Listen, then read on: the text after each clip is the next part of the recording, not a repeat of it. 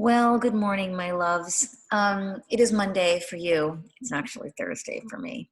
Um, but I wanted to help you because I think the last thing that you heard from me was that I was going to help you with your endings.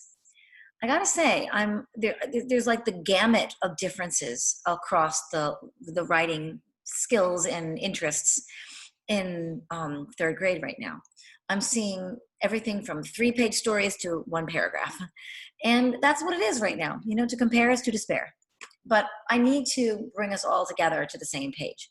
You should have at least a full page of writing by the time you're finished with all of this. If you don't right now, that's okay. But you will, because I'm going to teach you this week how to add and how to subtract a little bit and how to, you know, elevate the quality of your writing so that you feel like your writing is really, really ready for the world to read. Um, I've been thinking a lot about the story that I told last week with the baton, and I kind of feel like it's too long. So I'm changing it, and I gave myself the liberty of doing that. This was on Thursday. So when you guys are still writing your stories, I'm still kind of like developing what it is that I want to do, and I've decided that I'm going to go back to the story that I originally told you, which was the one about the falling off the piano bench. So I'm going to go ahead and take you to my screen. Here we go. And this is the story, the day I fell off the piano bench. Now, I'm going to keep the whole story the same, but I really do think that just like with leads, you could potentially try out these different pairs of shoes. I've got a new pair today. You can try out a different pair of shoes today with your endings. So what I thought it would be good and helpful and fun to do would be to demonstrate for you what 3 different endings might look like with my story. My story has a beginning. It's a little bit of an introduction. It has a middle when I fell off the piano bench, and now I'm at the ending. So the original story ended with dialogue. So all of a sudden I lost my balance. I don't know if the blood rushed to my head or if I just lost my concentration, something I seem to lose more than I'd like to admit. But the next thing I knew, I was on the floor. Clunk. What was that? I heard from the kitchen. Nothing. It was something. My mom scurried into the living room, dish towel in her hands, and found me flat on the floor. What in heaven's name are you doing? I think she knew. So that was my dialogue ending. I could also have an action ending. Again, all of a sudden I lost my balance. I don't know if the blood rushed to my head, yada, yada, yada. What was that I heard from the kitchen? I want you to think about the action.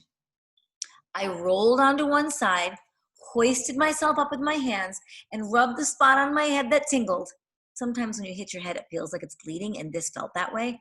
But when I put my fingers in front of my face, all I saw were my fingers, unscathed, bloodless, and out of harm's way. Nothing, I said, and I got up from the bench, bowed to my pretend audience, and headed off to the kitchen to get some ice. There's my action, okay? The other way that I might end my story is with a little bit of internal thinking. Again, all of a sudden, I lost my balance. I don't know if the blood rushed to my head, yada, yada, yada. But next thing I knew, I was on the floor. Clunk. What was that? I heard from the kitchen.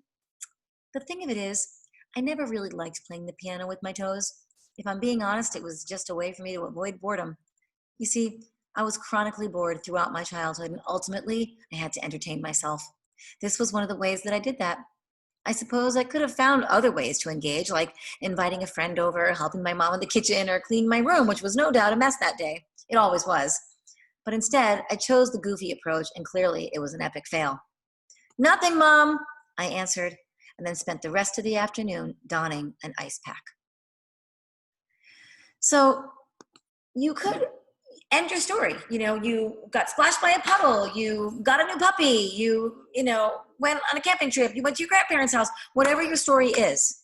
But I'm imploring you to try out the way you're going to end your story different ways so that you can find the one that really works for you. If I go back to those 3 endings, one of them doesn't really work so much. Maybe you can decide which one that is for you if you want to rewatch the video and say, I don't really like that one very much. And then ask yourself, well, why? What is it about that ending that's not grabbing your attention? And then you can try to do the same thing with your own story. Okay? A short video today. I want to get you off and writing. All right? Have a lovely, lovely rest of your day.